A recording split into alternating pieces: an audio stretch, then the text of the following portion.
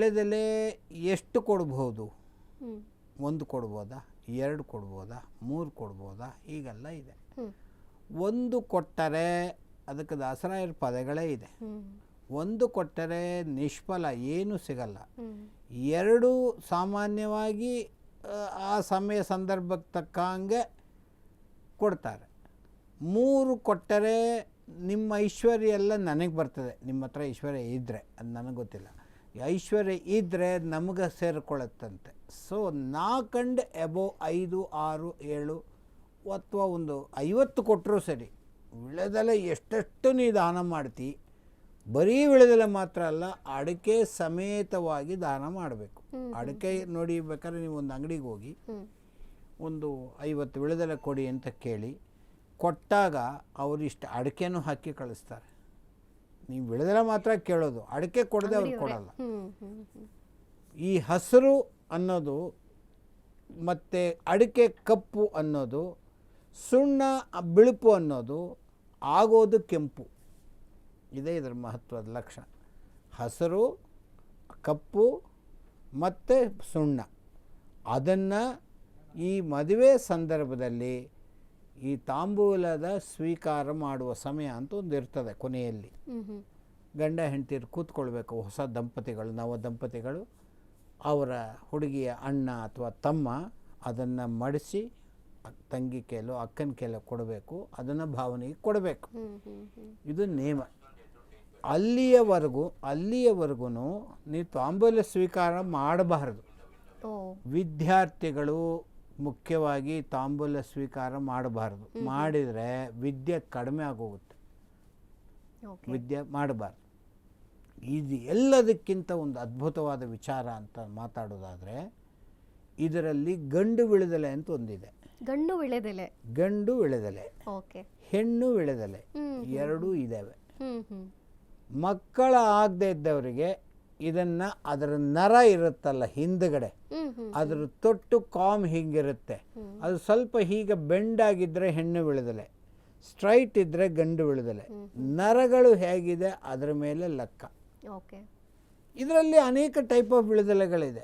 ಮಡ್ರಾಸ್ ವಿಳೆದೆಲೆ ಅಂತಾರೆ, ಅಂಬೋಡಿ ವಿಳೆದೆಲೆ ಅಂತಾರೆ, ಮತ್ತು ನಮ್ಮ ಪ್ರಾಂತ್ಯದಲ್ಲಿ ಬೆಳೆಯುವ ವಿಳೆದೆಲೆ. ಅದು ಎಷ್ಟು ಸೂಕ್ಷ್ಮ ಅಂತಂದರೆ, ರಜಸ್ವಳೆ ಆದವಳು ಅಂದರೆ ನಿಮ್ಮ ಮಂತ್ಲಿ ಪೀರಿಯಡ್ ಅಂತ ಏನು ಹೇಳ್ತೀರಿ, ಅದು ಹೋಗಿ ಆ ಗಿಡವನ್ನು ಮುಟ್ರೆ ಹಾಗೇ ಬಾಡೋಗುತ್ತೆ. ನಾವು ಮುಟ್ಟಿದ್ರಿಂದ ಬಾಡೋಗೋಯ್ತಾ ಆ ಪ್ರಶ್ನೆ ಕೇಳಬಾರ್ದು, ತಪ್ಪದು. ನಾವೇನು ನಿಮ್ಮನ್ನು ಗುರುತಿಸ್ತಾ ಇಲ್ಲ. ಆ ಮೈಲಿಗೆ ಅಂತ ಏನು ಒಂದು ಕನ್ಸಿಡರ್ ಮಾಡಿದ್ದಾರೆ, ಆ ಕನ್ಸಿಡರ್ ಮಾಡಿದರೆ ಅದನ್ನು ಹೋಗಿ ಒಂದು ತೋಟದ ಒಳಗಡೆ ಹೋಗಲ್ಲ, ತಾಂಬೂಲದ ವಿಳೆದೆಲೆ ತೋಟಕ್ಕೆ ಹೋಗಲ್ಲ ಅಂದಮೇಲೆ ಅದು ಹೋದರೆ ಹಾಗೇ ಒಣಗೋಗುತ್ತೆ. ತುಳಸಿ, ಮರಗ, ದವನ, ಬಿಲ್ವಪತ್ರೆ ಮತ್ತು ಸಮೀಪಕ್ಷ ಇವೆಲ್ಲ ಹಸಿರಿನಿಂದ ಕೊಡುವಂಥ ಒಂದು ಅದ್ಭುತ. ಶಮಯತೆ ಪಾಪಂ, ಶಮಿಶತ್ರು ವಿನಾಶಿನಿ, ಅರ್ಜುನಸ್ಯ ಧನುರ್ಧಾರಿ, ರಾಮಸ್ಯ ಪ್ರಿಯದರ್ಶಿನಿ ಅಂತ ಈ ಬನ್ನಿಯ ಸೊಪ್ಪು, ಬನ್ನಿ ಕಂಡ್ಯೋ ಬಂಗಾರ ಕಂಡ್ಯೋ ಅಂತನ್ನುವಂಥ ಈ ಸೊಪ್ಪು ಏನಿದೆ ಅದನ್ನು ದುರ್ಗಾಗೆ ಹೋಲಿಸ್ತಾರೆ. ಶನಿಯ ಒಂದು ವೃಕ್ಷ ಎಲೆ, ಅದರ ಸಮಿತ್ತು ಶನಿ ಯಾಗವನ್ನು ಮಾಡಲಿಕ್ಕಾಗಿ ಉಪಯೋಗಿಸುವಂಥದ್ದು ಹಸಿರು.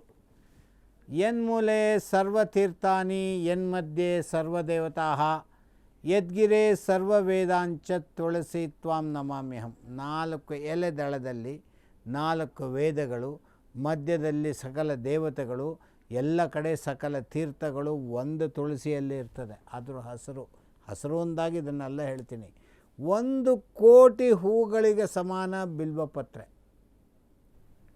ದೇವರಿಗೆ ಸುವಾಸನೆ ಇಲ್ಲದೆ ಕೊಡಬಾರ್ದು ಅಂದರೆ ಪಚ್ಚೆತೆನೆ ಅಂತ ಕರೀತಾರೆ.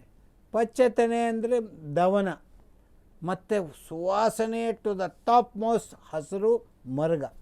ಇದೆಲ್ಲವೂ ಈ ಹಸಿರಿನ ಸಂಬಂಧಪಟ್ಟ ವಿಳೆದೆಲೆಯ ಲಕ್ಷಣಗಳು. ನಾನು ಒಂದೇ ಮಾತು ಹೇಳಲಿಕ್ಕೆ ಇಷ್ಟಪಡ್ತೀನಿ, ಯಾರಿಗಾದರೂ ಮಕ್ಕಳಾಗ್ತಿಲ್ಲ, ನಾವೇನೂ ಮಾಡೋದಿಲ್ಲ, ದೇವರ ಪ್ರಾರ್ಥನೆ ಮಾಡಿ, ಸಂತಾನ ಗೋಪಾಲಕೃಷ್ಣನ ಪ್ರಾರ್ಥನೆ ಮಾಡಿ, ಈ ಹೆಣ್ಣು ವಿಳೆದೆಲೆ ಮತ್ತು ಗಂಡು ವಿಳೆದೆಲೆ ಎರಡನ್ನು ಮಡಿಸಿ ಇಷ್ಟೇ ಅಡಿಕೆ ಇಟ್ಟು ಅದನ್ನು ಮಡಿಸುವ ಕ್ರಮ ಇದೆಯಲ್ಲ, ಅಸಾಧ್ಯ ಅದು. ಆ ಕ್ರಮದಲ್ಲಿ ಆ ಹೆಣ್ಣು ಮಗಳಿಗೂ ಮತ್ತು ಆ ಗಂಡು ಮಗನಿಗೂ ಕೊಟ್ಟರೆ ಬೇಗ ಮಕ್ಕಳಾಗ್ತವೆ ಬೇಗ. ಇದರಲ್ಲಿ ಸ್ವಲ್ಪ ಇದು ಹೇಳಬಾರ್ದು, ಇದ್ರೂ ಹೇಳ್ತೀನಿ. ಅಂದರೆ ನನಗೆ ಹೆಣ್ಣು ಮಗುನೇ ಬೇಕು ಅಂತ ಆಸೆ ಪಡೋರು ಇರ್ತಾರೆ, ಕೆಲವರು ಗಂಡು ಮಕ್ಕಳೇ ಬೇಕು ಅಂತ ಆಸೆ ಪಡೋರು ಇರ್ತಾರೆ. ಎಲ್ಲ ಇವತ್ತಿನ ಸಮಾನ ಅದ್ಭುತ, ನಾವೇನೋ ಕ್ರಿಯೇಟ್ ಮಾಡೋದಲ್ಲ. ಈ ಹೆಣ್ಣಿನ ಮಕ್ಕಳು ಬೇಕು ಅಂದ್ರೂ ಅದಕ್ಕೆ ತಕ್ಕಂಗೆ ತಾಂಬೂಲವನ್ನು ಕೊಡಬಹುದು. ಅಥವಾ ಗಂಡು ಮಕ್ಕಳು ನನಗೆ ಹೆಣ್ಣು ಸಂತತಿ ಎರಡಿದೆ, ಇನ್ನೊಂದು ಗಂಡ ಆದರೆ ನನ್ನ ವಂಶ ಬೆಳೀತದೆ ಅಂತ ಒಂದು ಇರ್ತದೆ, ಬೇಕು. ಆ ಮಗ ಅನ್ನೋನು ನಾಳೆ ಮುಂದಿನ ಕಾರ್ಯಕ್ರಮಗಳಿಗೆ ಬೇಕು, ನನಗೊಂದು ಮನೆಗೆ ಒಂದು ಗಂಡ ಆದರೆ ಒಳ್ಳೆಯದು. ಗಂಡ ಆಗ್ಬಿಟ್ರೆ ದೊಡ್ಡ ಸಿಂಹ ಅಲ್ಲ, ಗಂಡ ಆದರೆ ಒಳ್ಳೆಯದು ಅಂತ ಕೇಳುವವರು ಸಂತಾನ ಸಂಪತ್ ಪರಿಶುದ್ಧ ಭಕ್ತಿ ವಿಜ್ಞಾನ ಭಾಕ್ತೈವ ಸುಪಾಠವಾದಿನ್ ದತ್ವಾ ಶರೀರೋತ್ತಮ ಸಮಸ್ತ ದೋಷಾನ್ ಅಥವಾ ಶರೀರಾತ್ ಗುರು ರಾಘವೇಂದ್ರ.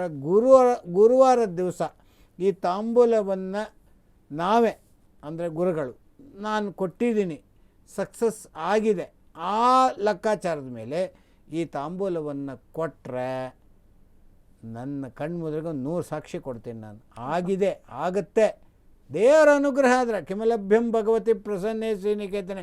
ದೇವ್ರು ನೋಡಿ ಒಲ್ದ,